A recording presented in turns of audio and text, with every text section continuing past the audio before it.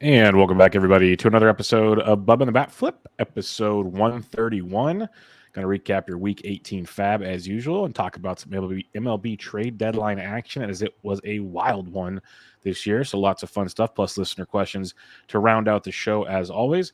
You can find myself on Twitter at BDentric and my co-host, as always, on the Twitter at BatFlipCrazy. Toby, how we doing, man? We're doing all right, Bubba. It's up and down. The trade deadline was not kind to my teams, but I had a good time in Atlanta and Chattanooga. Got my Chattanooga Lookouts hat. I like it. I'm a huge fan of Ellie De La Cruz. Been scouting him for like 9 or 10 years and really excited about what he can become. But had a great time in Atlanta. It was fun to go to Truist Park and hang out a little bit. That was good, but I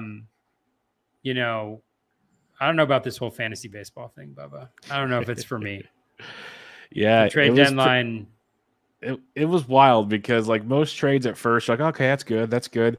Then there was some that came down today, and it's like, oh, that has some massive fantasy implications. Like, that's gonna be a bad. Like, there's always gonna be a couple, but these were, at least there were a few that I didn't see coming. Let's put it that way. So mainly the Raisel Iglesias one. That was quite the shocker on that one. So let's just kick it off there. Let's have some fun with it. We're just going to kind of hop around some of the trades here and then do the FAAB as usual. So let's just go straight into this one.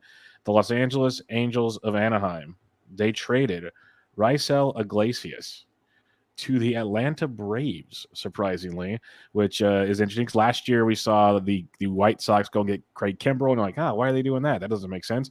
Well, I think the Braves are doing the same thing here. You got an older reliever in Kenley Jansen, who's had his concerns in the past. Now you got some backup support for the postseason. So in a baseball sense, it makes a ton of sense, Toby. But from a fantasy sense, this is about as diresome as it can pretty much come for you. Yeah, this one is what the French call le final straw for me in fantasy baseball. Right here. I already lost Lou Trevino on a few teams, and then they just dropped the Raisel Iglesias. It's heartbreaking. I mean, I don't know what they're going to do. The smart move is to put Raisel as the closer, but they won't do that. They'll keep Kenley in there. It's a super smart move. I mean, they dish off Will Smith, who hasn't been as good, who's also got a hefty contract. They bring in Raisel. They've got him for whatever it is, 3 more years or whatever his contract was worth. Yep. Great move for them. Really bad move for my fantasy teams.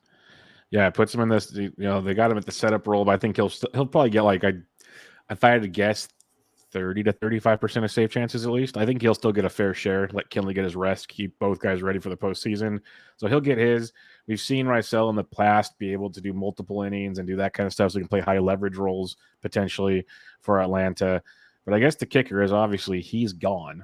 So that's the easy part. Now the Angels, is it Ryan Tepera season? Yeah. Oh God.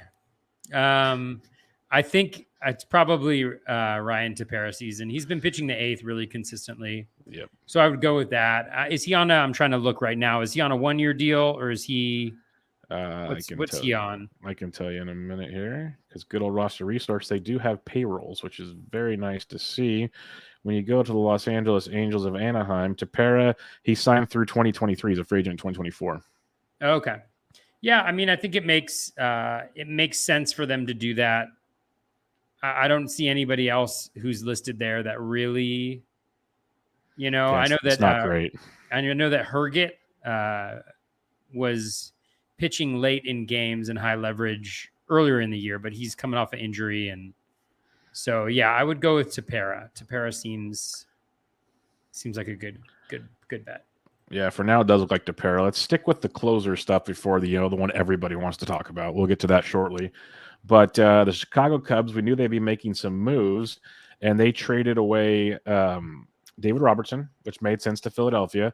Then they went and traded Michael Givens, which you could kind of see coming, a double whammy. Why not? They didn't trade their catcher, though, surprisingly. So that looks like it leaves us with Rowan Wick. Are you on the same page on that one? Yeah, I think Rowan Wick kind of sucks. Well, yeah, because they also did Efros too. I forgot to mention that they traded him I a know. couple days ago. I picked Yeah, up Efros in places, so that was great. Thanks, Yankees, for stealing not only Scott Efros but also Lou Trevino. I look forward to them pitching in low leverage situations like tonight for the remainder of the season. Yeah, I mean, Wick seems like the natural one to take over there. Again, there's not a lot of options in that bullpen. I mean, God, the Cubs are going to be awful. yeah, they might have a lot of wins in that Pitching. bullpen, so it doesn't even matter to have save chances. It's bleak. It's bleak. So yeah, like basically what we're trying to say, if it's not a good situation, don't overbid. Let's put it that way. Minnesota, they went and traded for Jorge Lopez, which was a big one. You know, they already had Johan Duran, who's been good, but Lopez has been great. They even got Michael Fulmer to help set up Johan Duran potentially.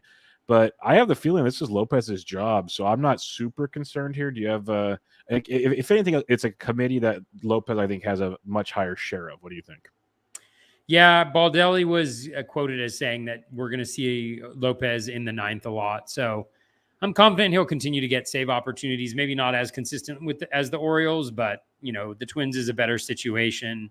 It's kind of funny because the one team that Lopez struggled against this year, remember he gave up back-to-back walk-off home runs to the Twins. So he's back there. He should be good. Honestly, it's a better situation in pitching in that division. So yeah, I think it's fine. As somebody who has Lopez on a few teams, I'm fine with it.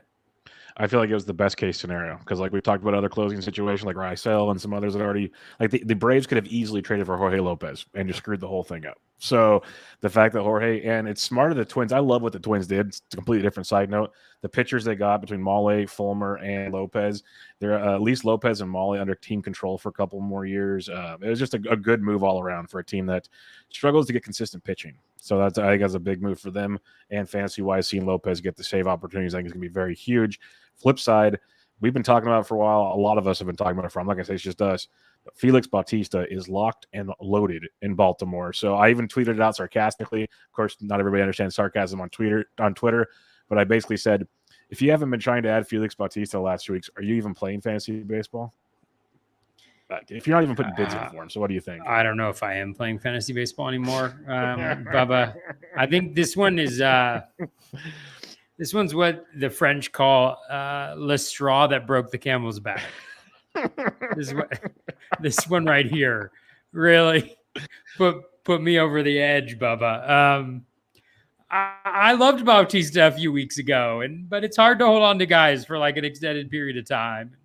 I don't think I have any of him. I just picked up Scott Efros. So it's all good. But it's great. I mean, Bautista's been like the best pitcher. I think he's the best pitcher by Stuff Plus. Yeah, he's going to in Eno's ranks. So he's incredible. He's an incredible pickup for people. It's going to be a great one. So if he's still out there, like 12 teams and less, go get him. 15th, he's long gone. 12s, he should be almost all gone. Because I know the last few weeks I've had bids in. Not always my top bids. I can get him everywhere, but he's been getting sniped up. So if he's available, even in 10 teamers, like he's one of the better closers you're going to get out there right now. I know Baltimore is not great, but they're at over 500. They're better than the Cubs. Let's put it that way. So you go get yourself some Felix Bautista if you can. Whit Merrifield got traded to the Toronto Blue Jays. That's an intriguing move. That means he's going to get the old shot there. But Roster Resources has him as a bench platoon bat. I don't think that's what they traded for him to do, but it's like, does he take Santiago Espinal's role? That's kind of where I would lean. He hasn't played second base in a while. He's been an outfielder for the most part. So how do you see this one playing out? Like, obviously, pure speculation. We have no idea. He hasn't been there yet, but it's a team that's a great baseball move for them. He can play the outfield. He can play second base. He can play third base. He can basically be like the Brandon Drury of the Toronto Blue Jays. But if for fantasy purposes, this kind of has a tinge of a scare to it. What do you think? Yeah, I mean, I think he's an upgrade over Espinal. I mean, honestly, I agree. I don't know what Espinal really does, honestly. I mean, he hits for a decent batting average, right? But like, what does he have? Probably like 7 home runs and 6 steals or something like that. Obviously that doesn't really factor in, and he's probably better defensively. So maybe they go with him, but it'll be interesting to see what they decide to do. Yeah, he's got 6 home runs and 5 steals. So it's just like he's just hurting you all over the place.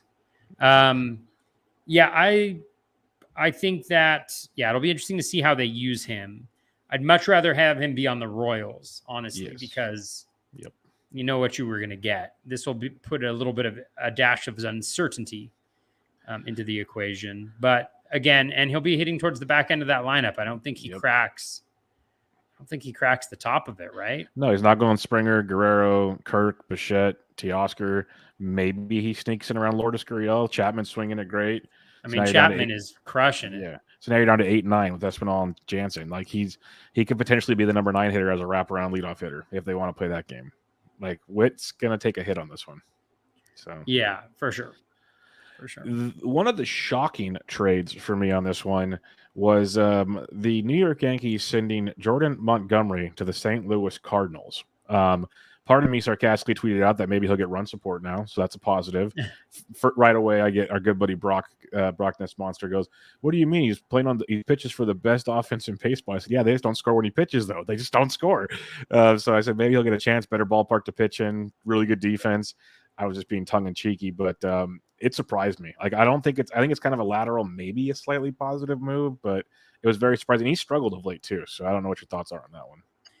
Yeah, I mean, I think it's overall a positive move, I would say, for Montgomery. I think that let me just check out his career splits before I say something I regret.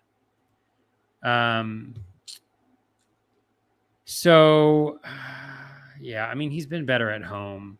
So the Cardinals have a great defense. So did the Yankees. But the Cardinals is a better stadium, to be in, and the opposition will be weaker. Much better. How many times do you look at that Montgomery schedule and you're like the Red Sox or the Blue Jays or, even the Orioles thump him. So, yeah, I think it's overall a positive move. I think being in the NL Central can't be bad. It's just like, it's the greatest thing of all time. That's my strategy for next year's drafts. Just take down notes on this one. Draft all NL Central pitchers. I'm going to draft every Brewers pitcher. I'm going to draft every Cardinals pitcher. And that's it. Because the rest of them are garbage.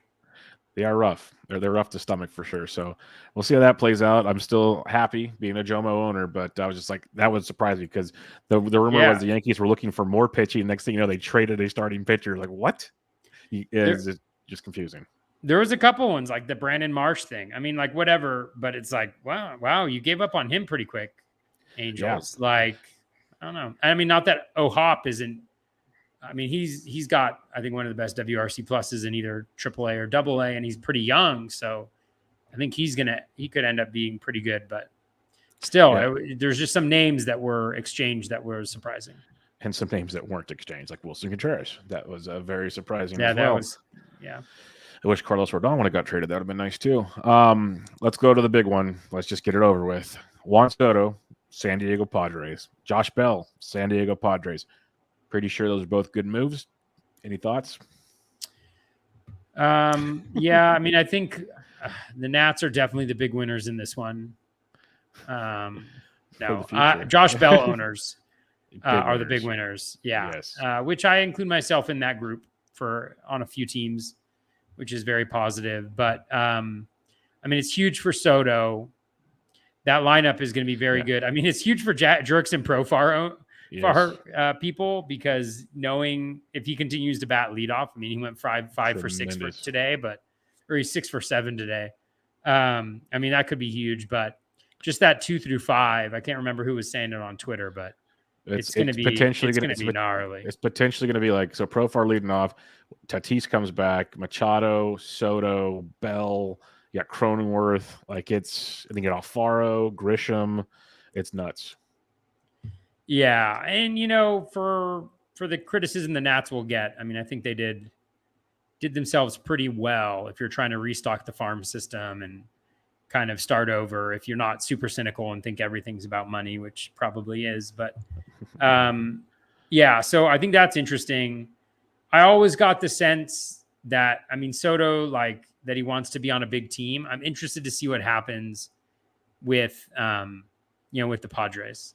Yeah. Like whether they sign him to a long-term deal or what. It'll be really interesting. But I love that they added Bell in there too, and they got rid of Eric Hosmer, which is just a bonus. And yeah, Hosmer goes to Boston, basically blocks Cassis for the rest of the year, essentially, and affects Bobby Dahlbeck's playing time. So that'll be fun. Oh man, I don't even want to talk about it. Yeah, I thought of you immediately. I'm like, oh, there goes that, because Devers came back today, so I moved Bobby off of third base, and then Hosmer comes over, and they're gonna want that glove out there. So there goes that fun. Luke Voigt goes to Washington.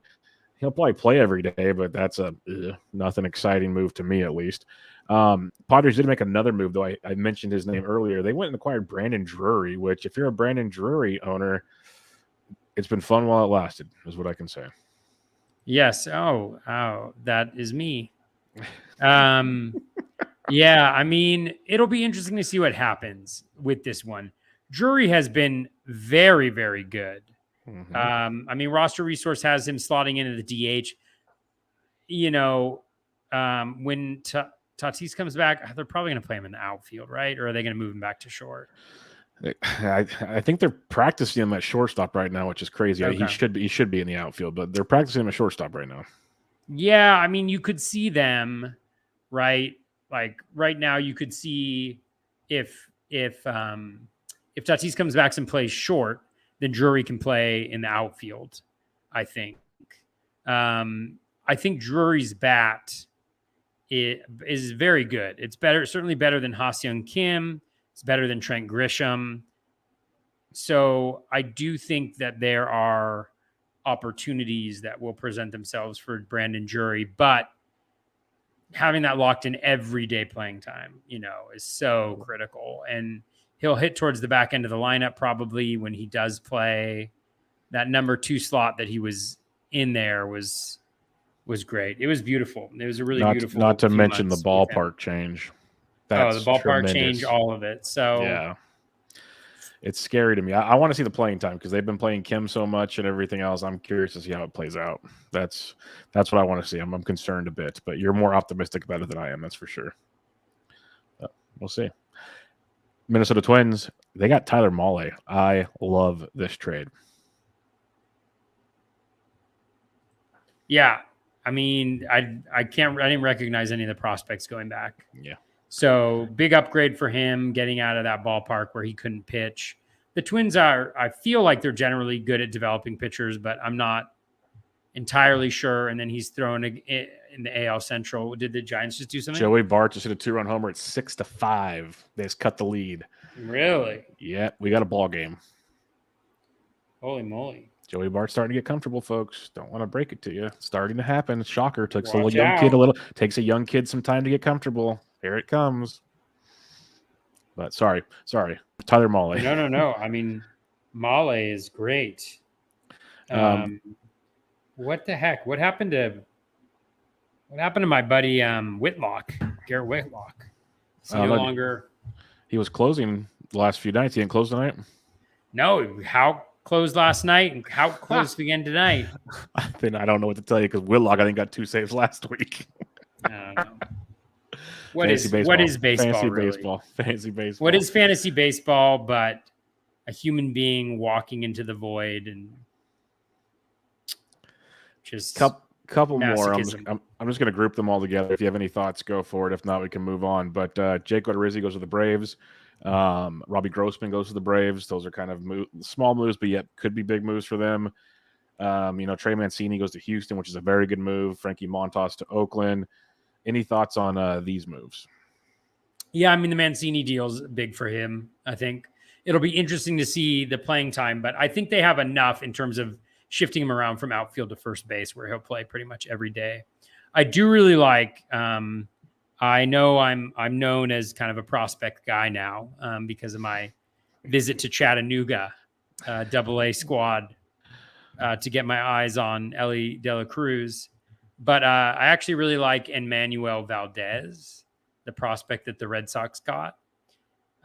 He was somebody in my dynasty league I was very interested in because he's pretty young. I think he's in AA, really high WRC plus with like a low K rate, high walk rate. So I don't know. It'll be interesting to see. But yeah, I mean, yeah. Yeah, it'll be fun to see. Grossman one is like you may trick yourself into thinking he has value, but he's just a platoon. So that kind of hurts. One interesting one was FAAB. I mean, what the hell are the Red Sox doing? But like FAAB, the signing of FAAB, at first you're like, oh God, this is going to be terrible.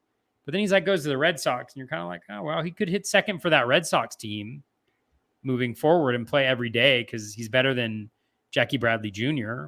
Yeah. And he's better than Duran. Yeah, Duran's struggling. So I'm really curious to see how that works out. And I think he's got a mutual option for next year. And Heim Bloom, I think, is a big fan of his from their days with the Rays. So that's one where I was a little bit depressed at first and feeling better afterwards. I'm still depressed, obviously, because anytime you leave Great American Small Park, it's never a fun thing.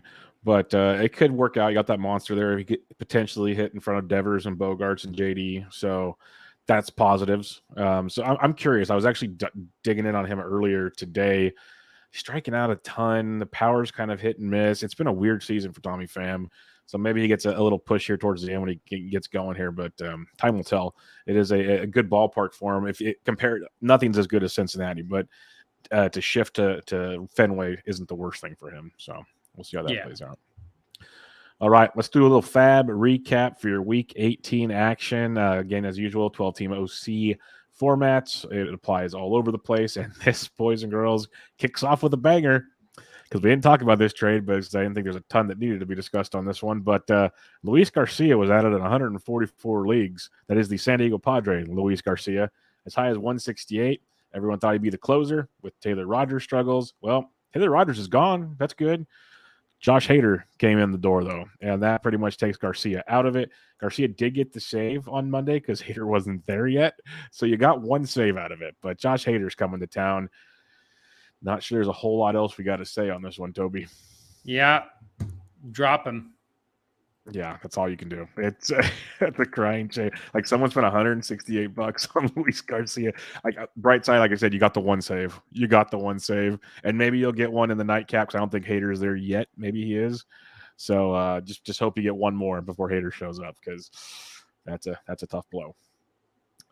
All right, Peter Fairbanks, though. This is fun. You know, there's times last year when he was a potential closer. We've shown signs of life before, and then he got hurt in spring training. So he's making his debut, picked up in 87 leagues, as high as $80. And he's got a save on the 30th and the 27th. So he's pitched really well. He's only allowed he's 3 straight outings with no earned runs, striking guys out. Looks very good.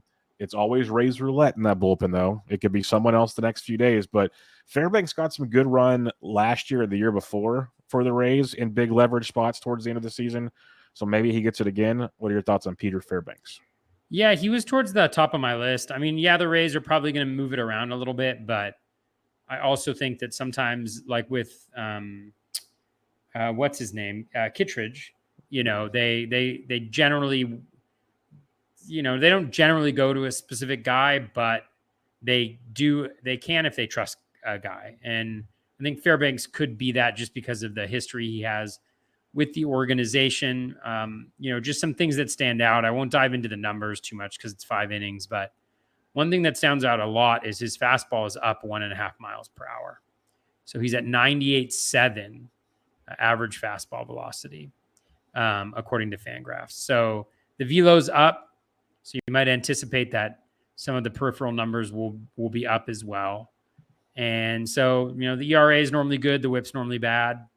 If you can get the saves, it'll be worth it. If not, not really, but at least you're getting some Ks too. So, yep, I'm with you there. It's one of the better specs you can go after right now. Again, he'll at least get you the good, you know, numbers, like you said, if he doesn't get you the save. So I don't hate that at all. There's times I'd roster Fairbanks in years past. So I totally get it with his skill set. The Candyman, Heimer Candelario, is finally starting to hit, folks. Added in 84 leagues, as high as $41 since the All-Star break. He's hitting .310 with 4 home runs, 4 doubles as well. Starting to show a little pop in that bat, which is nice to see from the Candyman. That's always been an issue, was elevating the baseball. Well, he's elevated it since the All-Star break. Small sample, I understand, but I'm very happy with what I'm seeing so far. What are your thoughts on the Candelario? Yeah, I mean, I think he was kind of a natural candidate for some positive regression. You know, he's at a 244 BABIP right now. He's at 299 throughout his career. Not a huge change in the batted ball profile outside of the line drives being low, but we know that line drives at percentage has the highest variance. And so with the same ground ball, you'd anticipate that some of those fly balls will become, line drives and they'll fall in. And so, I think that'll be good. He's obviously last week he was just hot. Everything looks like right in line with kind of where he is throughout his career, 9.5% barrel rate, which is solid, 20 barrels, 10 home runs. He's got a low home run to barrel rate, probably because of where he plays.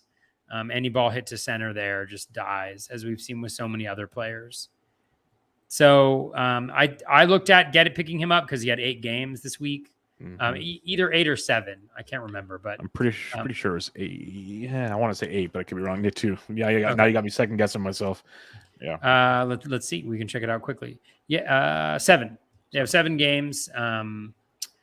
But that's nice, and he plays every day, so I can see why people were going after him. Yeah, no, a big fan of his. I was big into him to start the season. It was a rough go, like no power, nothing from the Candyman, but he's showing some big signs. Again, I don't expect him to be like a massive home run guy, but he showed signs last year of getting so close to doing it. You mentioned the positive regression this year. The ballpark does him no favors at all, of course, but it would be nice to see another 5+ home runs the rest of the way. I'd take that. I'd hope for more, but I think batting average wise, he could be a nice asset for you. Jonathan Hernandez of the Texas Rangers added in 83 leagues as high as $52. Well, the Martin experience went up in flames, so now it's the Jonathan Hernandez time. Picked up the save on Sunday. He has not allowed a run so far this year, only 5 outings, of course. Not a lot of strikeouts, though. And Joe Barlow is supposed to be back soon. That'd be my one thing I'll preface this with. But I was adding Joe Barlow pretty much everywhere I could find him this past week. What's your thoughts on Jonathan Hernandez? Yeah, it'll be interesting to see what happens. I mean, he got that save on Sunday. He's pitched well since he's come back, at least results-wise. The skills haven't been great, honestly. But it's a very small sample that we're working with. So it'll be interesting to see what he does. We know he's got the velocity. Everybody was talking about how he had the 2 hardest throws of any reliever on the Rangers, already so far this season. So it'll be really interesting to see how he does, what he does in this role. I can see why people were after him. If he excels in the next week or two, maybe he solidifies himself with the job.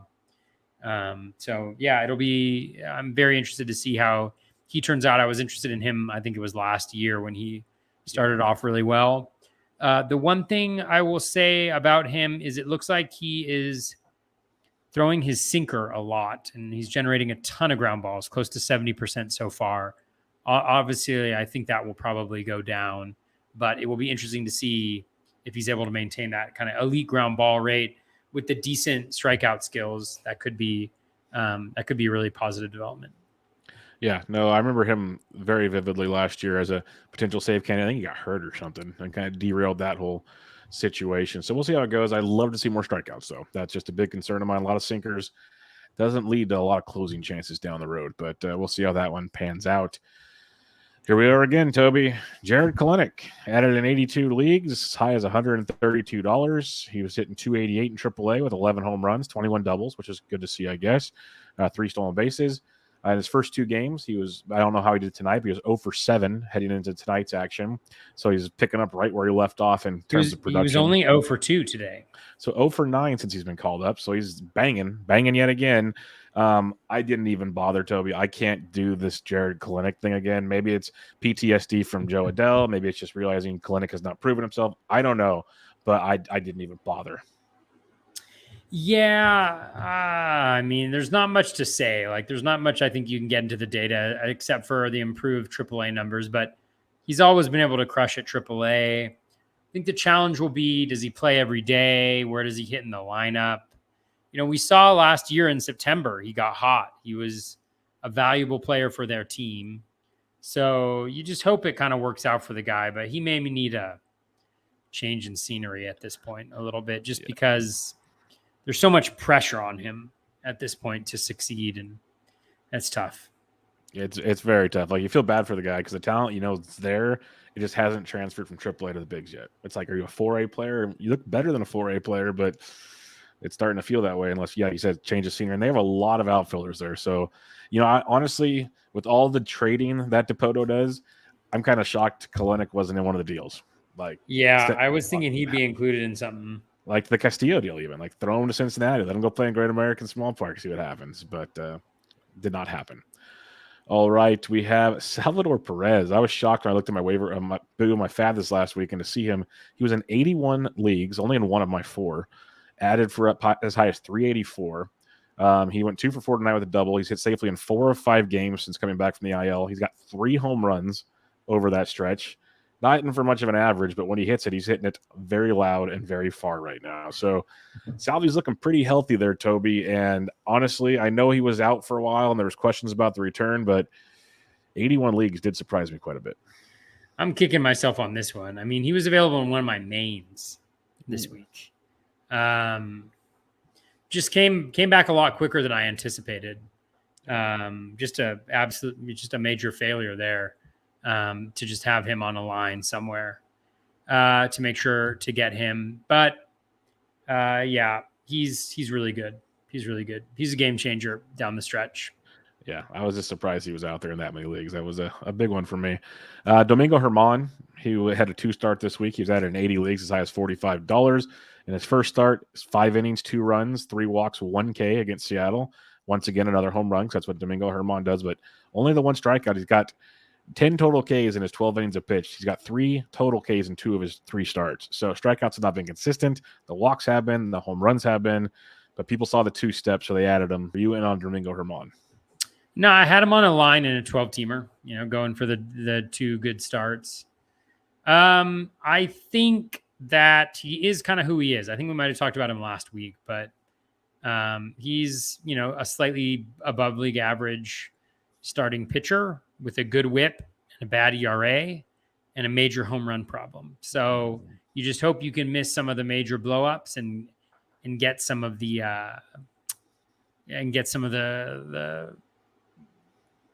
outings that he's capable of, I think. The one thing I'm looking at, like I'm looking at his pitch mix so far, and it looks like he's increasing the use of his secondary pitches. Only 37% fastballs so far. So increasing his curve and change usage. Both of those, I don't know whether that's just a product of who he faced or an actual change that he's made. And those pitches have been pretty good for him. So it'll be interesting to see kind of as he settles in, what he can do. It's interesting with the Yankees, adding rotation depth and then getting rid of Montgomery, it's very interesting kind of, I don't know what exactly their approach is going to be, but Germán is decent. Yeah, it was a surprising trade deadline for the Yankees. But yeah, no Domingo for me. The home runs scare me a lot. But you mentioned the pitch mix change. Maybe there's something coming up, but the home runs are a concern for me. Felix Bautista added in 67 leagues as high as $25. We already hit on him. Add him if you can. Otherwise, too late. Cole Irvin added in 65 leagues as high as $41. Had the 2-step. He only had 1 start this week because he's only played 5 games this week. They only have 2 games this week, and so do the Giants. That's a bizarre schedule, so enjoy that. But and Irvin got hit around a little bit tonight against Anaheim, of all teams, who have been horrific for his left-handed pitching. So it was a good ad in that regard because he's been very good. 2 home runs or less in his last 5 starts, 4 more Ks in 4 of 5. He's been very serviceable of late, and you get this juicy matchup against a bad Angels team, and David Fletcher hits his first home run of the season. When he leads off with a home run, that's when you just know, turn the game off. You don't want to see how the rest of it goes. It's just not your night when that happens. Yeah, I mean, he gave up a home run that would have been a home run in 29 out of 30 ballparks to David Fletcher. I mean, that's bad news. Yeah, this is a bad idea, especially in a 12-teamer. It's just a god-awful idea. Irvin has a 248 BABIP, career 290. He's underperforming on his home runs as well. 0.99 home runs per 9, 116 his career. I mean, he's not awful, but he's not going to be good. He's not going to get you strikeouts. I mean, he has a 17% K rate on the year, 12.2% K minus walk, low swinging strike. He is getting a decent amount of O swings, but it's looking exactly like last year. And last year he ended the season with a 4.24 ERA and a 1.33 WHIP. He's got a 3.05 right now and a 1.05 WHIP. Pretty similar metrics all around. So I wouldn't be surprised if, like, come September, we're looking at a guy with low to mid 4 ERA, which means he'll have like a 6 ERA from this point forward, 5 ERA from this point forward. So I'm steering clear of him big time. Yeah, I could see some concerns there. And you said the big thing: 15 teams. I get it. You need arms. 12 teams is much more tricky to make that happen. It was. I didn't get any, but I understood it at least because it was just a matchup that seemed too good to be true. Apparently. All right. Next up, we have Seth Brown of the Oakland Athletics, picked up in 64 leagues, as high as $105. That surprised me. Since July 9th, hitting 305 with 5 home runs, only striking out 20% of the time, which is pretty nice. Not stealing, though. We're used to getting the power and the speed from Seth Brown earlier in the year. No steals. I will say it's interesting that with them only on 5 games this week to be that aggressive on Seth Brown. Yeah, I don't get it. My only guess is they were looking ahead, but you wouldn't have to be that aggressive. So that's why as we do this, I don't look ahead. And now I saw his name after when I said Cole Irvin. I'm like, who added Seth Brown at this many leagues? I'm just like, I like Seth Brown, but I was like, oh, I'll put a couple bucks maybe next week. Not so much this week on Seth Brown. So what's your thoughts? Because we'll probably end up talking about him next week.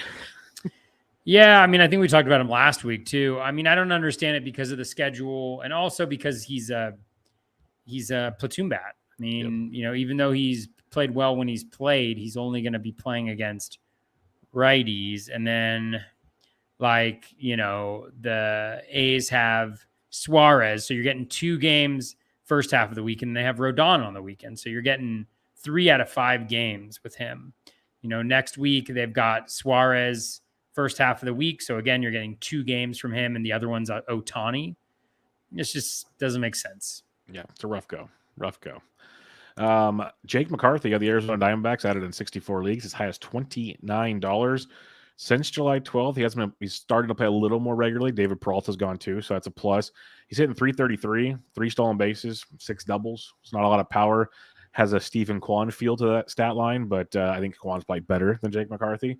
But what's your thoughts on Jake, who I think's more of a deep league play for now? Yeah, I got him in a bunch of places in 15-teamers. Not a bunch of places, maybe just 2. But I was pretty aggressive on him.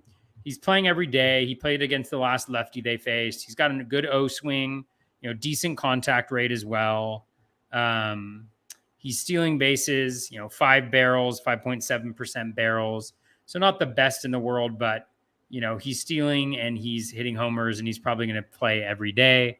Even if you look at the bat rest of season projection, 3 home runs, 7 steals, not great on the home run front, but a little like 300 plate appearances with, 6 and 12, that'll play. So I do like him. You're just hoping he kind of gets into a groove somewhere along here. And yeah, so I like him. I picked him up in 15-teamers. 12-teamer seems a little aggressive, but there's not a lot out there right now. Yeah, 12-teamers, I was kind of like, but 15s, I 100% understand it. Like, there's a lot of playing time there and potential production, especially after the Peralta trade. So that's one you can try to attack. I'd love to see Corbin Carroll get the call. Not going to hold my breath on that one. So we'll see what the D-backs do in that situation. Luis Rengifo added in 63 leagues, as high as $43 since July 1st. So the month of July, Rengifo hit 333 with 1 home run, 4 stolen bases. He finished the month hitting 3rd pretty much every day. The numbers are good. I just cannot get excited about Rengifo at all. It's interesting. I haven't been a lot of draft and holds as like late round picks, so I've been starting them, but I'm not in the add Rengifo world. What about you? Yeah, I'm not quite there either, really. I mean, you can kind of squint and see it a little bit. Also, bummer news. What happened? Vin Scully passed away. Oh, no. Yeah. That sucks. One of the best. One of the greats. Amazing. Yeah, that's really sad. I urge anybody to go to YouTube, and there's a clip of Vin Scully reading a grocery list. He makes anything sound amazing. That's all I have to say. This guy's awesome. Yeah. Yeah, I mean, there's no doubt best in the business. Yep. That's sad. That sucks. Yeah. So with Rengifo, I mean, he's been playing better recently, but still, like, the challenge is like, he's at 5 home runs, 5 steals. He's about at that for the rest of the season in terms of his projection. So it's not horrible. And again, he's probably going to play every day. He's playing in the middle of that lineup. So he's pretty similar to McCarthy, I guess. He's pretty similar, maybe with slightly less speed, maybe slightly less power, but I just want to see like kind of what he's doing. I know he's been playing better. I'm just going to look at his rolling average graphs for the last little bit. So contact is up, hard hit rate's up, but still low. O swing's up, ground ball rate's down a little bit. Yeah, I'm not quite sure. I don't know if there's anything there. I would say with the Angels, they do play 7 this week. So there's that. And he's a switch hitter, I think. So he's pretty much plays every day. Yeah. So I don't know if there's like really that much exciting here, but I can understand. 12-teamer, I don't necessarily get it, but deeper leagues, yeah. Yeah, deeper leagues again. Yes, I can get it. 12-teamers, I guess it depends on what you need. He does have that flexibility positionally. That's pretty nice, but it's a tough one to swallow because there's just no power at all. So if you need steals, I guess I could see it. He's going to get on base a lot, so maybe he'll score some runs for you. I just don't see this profile continuing. That's the part that struggles for me. So we shall see. All right, Toby, let's recap our FAAB results. Let's do it. I want to see what you did. I want to hear all the fun. Man. I can already see it in your face. For those that watch on YouTube, he looks very excited about this. It's depressing. All right. Let's do it. FAAB results. Let's run with them. All right. First up, added Garrett Whitlock, dropped Colin Pache, $27, runner-up of 12. Thankfully, the Red Sox are no longer giving Whitlock save chances this week, which is fantastic since there have been 2 and he hasn't gotten any of them. He probably will next week after you drop him. Oh, for sure. Well, probably won't drop him. This is a standalone league, so just kind of got Whitlock for the ratios too. Gotcha. But added Jake McCarthy, dropped Dylan Moore, $24, runner-up of 20. Added Jake Fraley, dropped Roman Quinn, $17 with a runner-up of 4.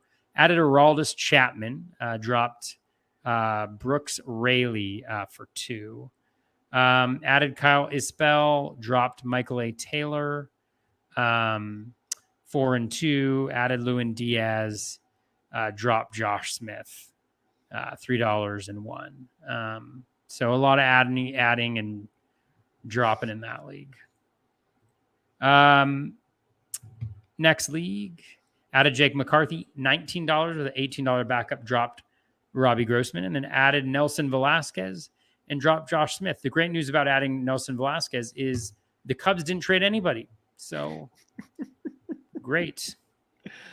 In my other league, added Nick Martinez, which was a highly successful bid, I would say. Dropped Dylan Floro. Added Matt Vierling, who's now out of a job, and dropped Roman Quinn. Wow, I didn't realize until I'm going through this how bad I am at this. I'm not laughing at you. Trust me. This is just unbelievable. Just added Trace Thompson, $17, dropped Dylan Floro. Thankfully, the Dodgers have since added Joey Gallo. So that's exciting. Added Ezekiel Duran, dropped Frank Schwindel, $12 bid, $5 backup. That one I kind of like. Duran's got 7 decent games this week. And then added Scott Efros, who thankfully is in the save mix in New York, dropped Brett Martin. So I'd say only about 80 to 90% of the guys I picked up this week have been hurt by the trade deadline. Added Gene Segura. I'm excited about that one. $37 bid, 0 backup in an OC. Oh, wow. Added Lou Trevino. Man. Yeah, I know. Added Lou Trevino. Dropped JT Brubaker, $6. Come on down. You're the next contestant. The price is wrong. TGFBI. All right. Added Trace Thompson. Dropped Josh Smith. Yet again, another guy who will not help me at all. Added Trace Thompson again. Dropped him. Dropped Brett Martin. Added Jonathan Hernandez. Dropped Dylan Floro. Those are all my leagues. And I apologize for people for the low energy and the self-deprecating overkill here. I'm a little tired. It was a long weekend without a lot of sleep. It's all good. So, yeah. It's all good. Okay, my first OC, I added Haosung Kim because they have the big schedule this week, especially the front end of the week. Dropped Darren 4 Ruff. for 5 today. I love it. Dropped Darren Ruff, $5, no backup. This one I did not see coming. Added Eric Hosmer for the big week. Dropped Austin Slater, $4 to no backup. At least it wasn't expensive. And then I did a speculative bid because I had lost out on some higher ones on Yuri De Los Santos for the Pirates because I figured Bednar would get traded. He did not. Dropped Glenano $2. So I guess it wasn't the end of the world, but I was specking on that one. That did not happen. All right. Other next OC got Heimer Candelario, dropped Austin Slater 11-2. Added Jesse Winker, dropped Mitchell White 9-7. Added Joe Barlow 4-0, dropped Glenado. Added Felix Bautista, dropped Zach Plesac 4-1. I'll take that $4 bid any day of the week. That was interesting how Mitch White got traded. Yeah, I got traded to Toronto. I want to know what they're going to do with him there. I'm very curious with that. Next OC, the one that hasn't been active lately, was kind of active, but not a lot of runner-up bids. Like there was more ads this week, just no runner-up bids. I added Reed Detmers, dropped Mitch White 9-1. Added Garrett Whitlock. I feel your pain. Dropped Sonny Gray 9-1. I just don't feel Sonny Gray, but I might be adding him back next week. I did it actually in this league because this is the one I told you that no one's adding and dropping. I'm like, I'll drop Sonny Gray and I can go pick him up again next week if I need to. Next, Jose Miranda for $4, dropped Austin Slater for $1 or 4-1. I love Jose Miranda, what he's doing right now. So pretty pumped on that one. My fourth and final OC, added Heimer Candelario, dropped Darren Ruff 13-1. Added Eric Hosmer, dropped Austin Slater 9-0. Added Felix Bautista, dropped Glenado 4-0. Yeah, so 2 Felix Bautista out of my 4. And then added Joe Barlow, dropped Mitch White. So I got some Joe Barlow. If he falls back into it, I'll be pretty happy there. One of my OCQs, added Garrett Whitlock, dropped Mitch White. Added Candelario, dropped Austin Slater. Added Brady Singer, dropped Christopher Morel. Added Ramon Urias, dropped John Birdie. That one hurt, but I just don't know what's going on with Birdie. The other OC, added Candelario, and then I added Felix Bautista again. So there's 3 leagues with Felix Bautista. Barf. Let's talk Barf. Added Candelario 18-14, dropped Darren Ruff. Added Felix Bautista 8-3, dropped Mitch White. So that's another Bautista share. And then last but not least, TGFBI. Dun, dun, dun, dun. Added Joe Barlow, dropped Mitch White. Added Garrett Hampson for the big week, dropped Darren Ruff. So there we go. 5 Felix Bautista shares. I'll take it. Let's go. Let's go. So hopefully it pans out. My luck is talking like that. It'll end up being like he'll get TJ tomorrow or something. That's just the way it goes these days. All right. Let's take some listener questions here. We got there we go. Taylor Johnson asked, and I'm sorry he DM'd me this. I forgot to send it to you. This was like 2 days ago. No, it's okay. He says, with the MLB deadline happening today, this was on Monday, the fantasy deadlines are coming up too. Do any of the following hitters who have been average to below average this year pique your interest as trade targets that can have a strong August and September?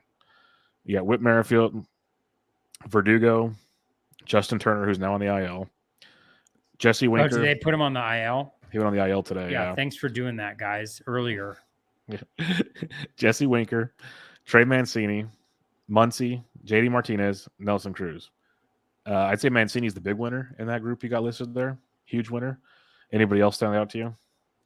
Yeah, I'd say Mancini. I mean, Muncy is interesting to me because he's been so bad. And so you could definitely see him being like one of those guys that just goes on an absolute tear. Yeah, I mean, 189 BABIP, 253 career, 10.2% home run per fly ball, 21.1% for his career, 26 barrels, 13.3%, only 10 home runs. I could definitely see Muncy taking off. I'd be willing to take a stab at him. Yeah, I'm still buying Winker, man. Like he's slowly showing signs of life. I might be crazy. I might be crazy, but it feels like it's slowly coming around.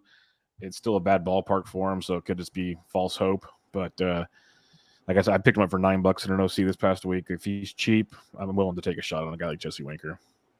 Yeah.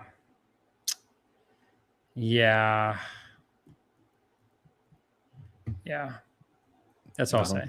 Okay. Nothing. That was him trying not to Nothing say on something. Winker. I was just looking. I was looking at Winker's numbers. It's up and down. It's not always pretty. Trust me. I get it. Yeah, I think that park hurts him bad. It hurts him a lot. At Fru_Dorte asks, how bad does the pitcher have to be for you not to stream them against the Nationals? I don't know. Jacob deGrom, I mean, couldn't really do much against him no decision today. No decision. No, I mean, I think they're definitely a streaming target, but don't go overboard on it. You know, like don't take a bad pitcher just because it's a bad team. Yeah, I mean, you still want to be a little bit strategic there, but I get I know it's kind of a funny question. Yeah, tongue-in-cheek question. So. All right, Liam at Freed Minds asks, expectations for Detmers and Lodelo rest of the way. Streamers, must starts. What are your thoughts? I love them both. I'm just concerned about when they get shut down potentially. That's a concern for both, but 6-man rotation for Detmers helps a lot. Lodelo is like a near ace right now to me. Like not a fan, but he's like a second option. Been really, really good. What are your thoughts on these two?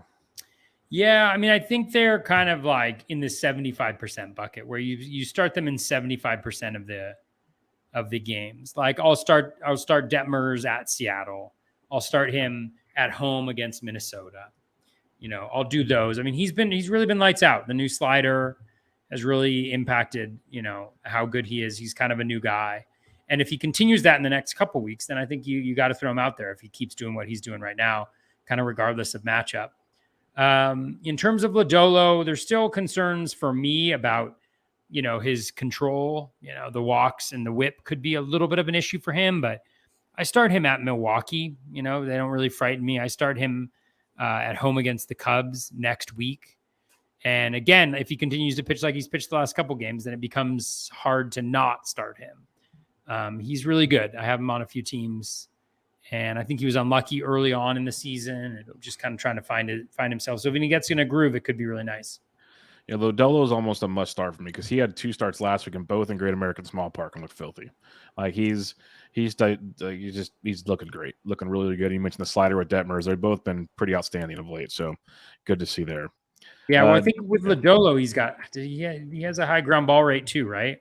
I think so. I want to say massive swinging strike rate, limits the hard contact. He's been very, very effective.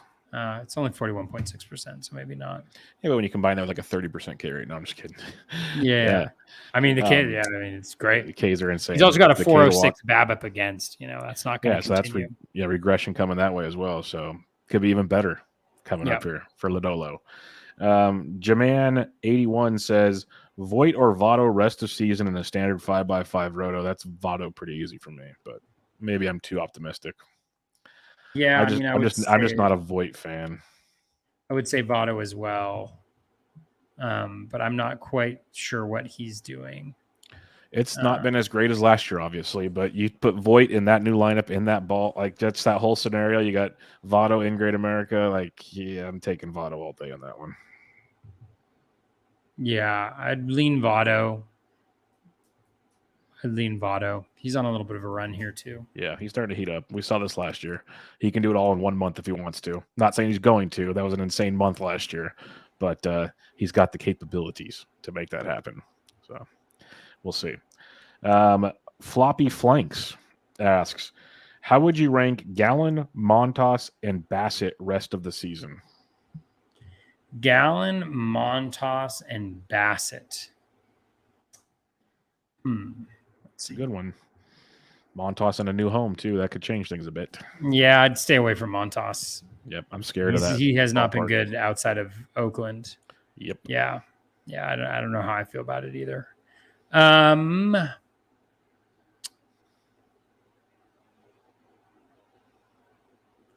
Gallen looks okay. Looks fine. But regression with the BABIP. Potential regression with the homers. Not really anything juicy under the hood, like 16.8% swinging strike rate. You know, nothing really good. Like the O swing's nice, but struggling with guys in the zone. He's been pretty lucky, so I don't love him. Bassett. Leaning Bassett here. Yeah, that's where I lean. But let's see.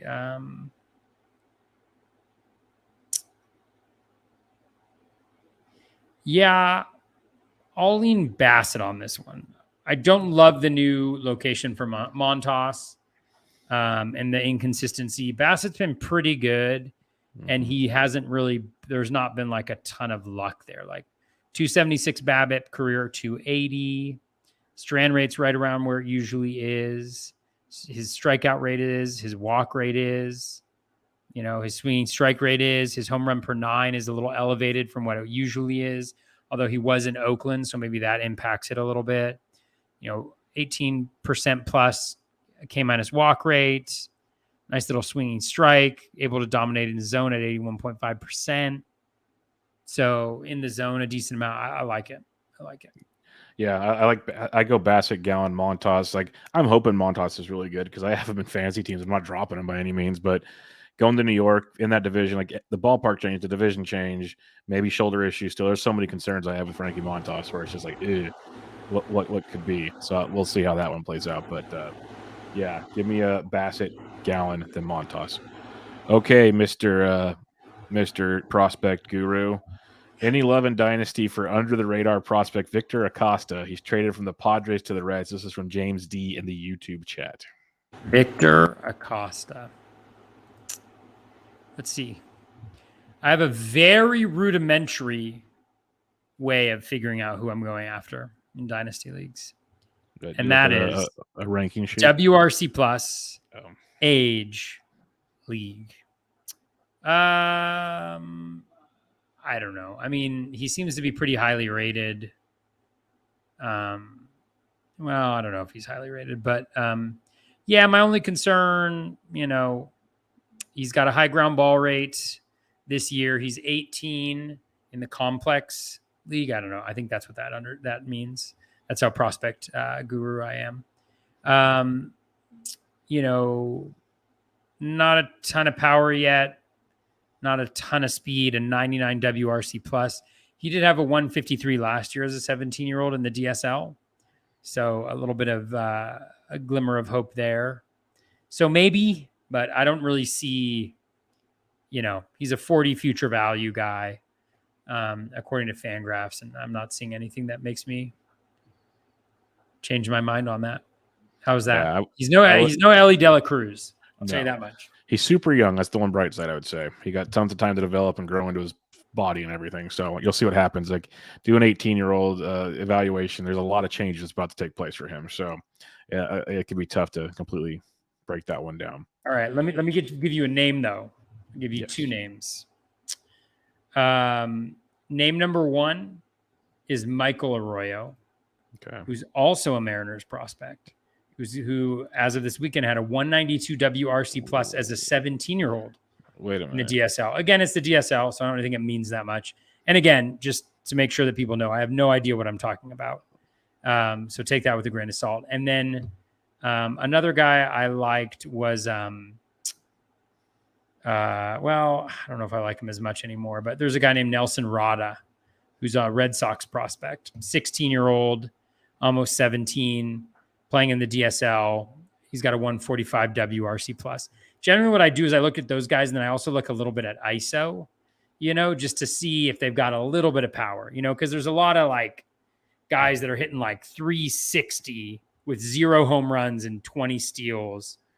So I look at like walk rate, K rate, low K rate, especially there.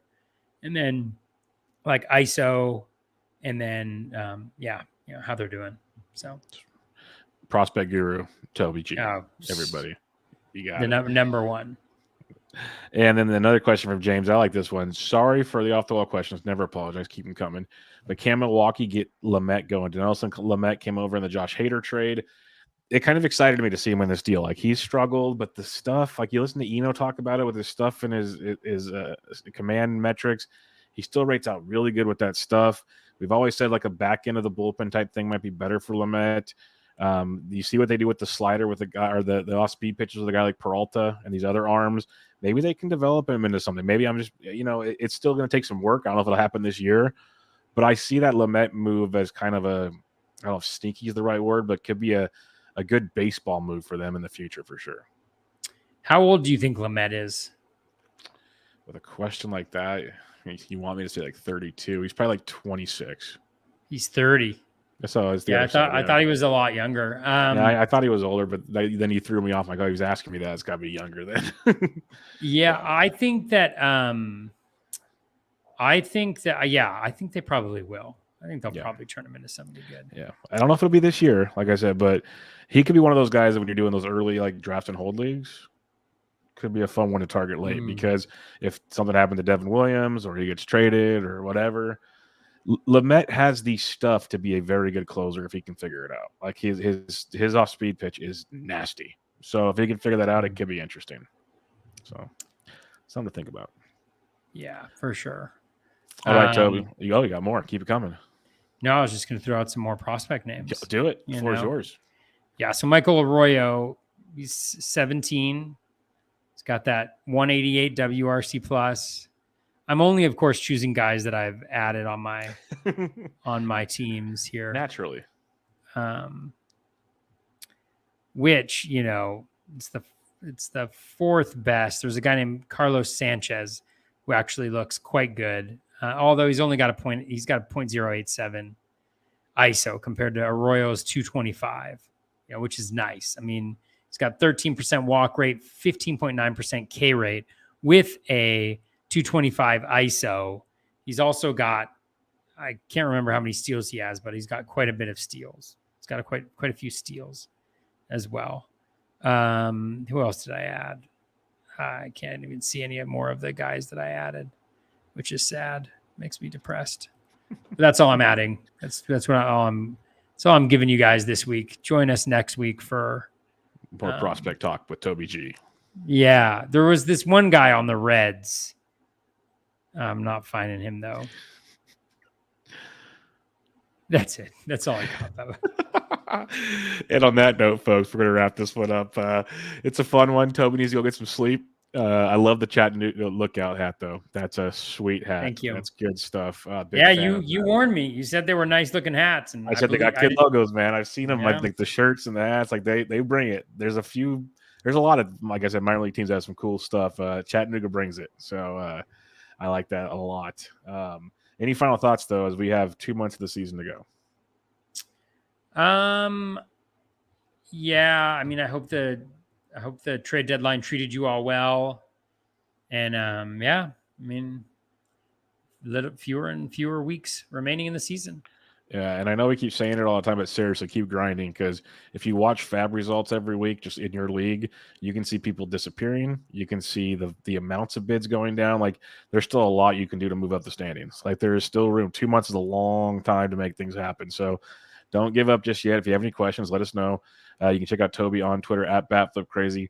I'm at BD Intric. We'll be back with you guys next week with more FAAB fun and more fantasy baseball goodness. But for now, Bubba and the BatFlip episode 131 in the books. Catch you guys next time.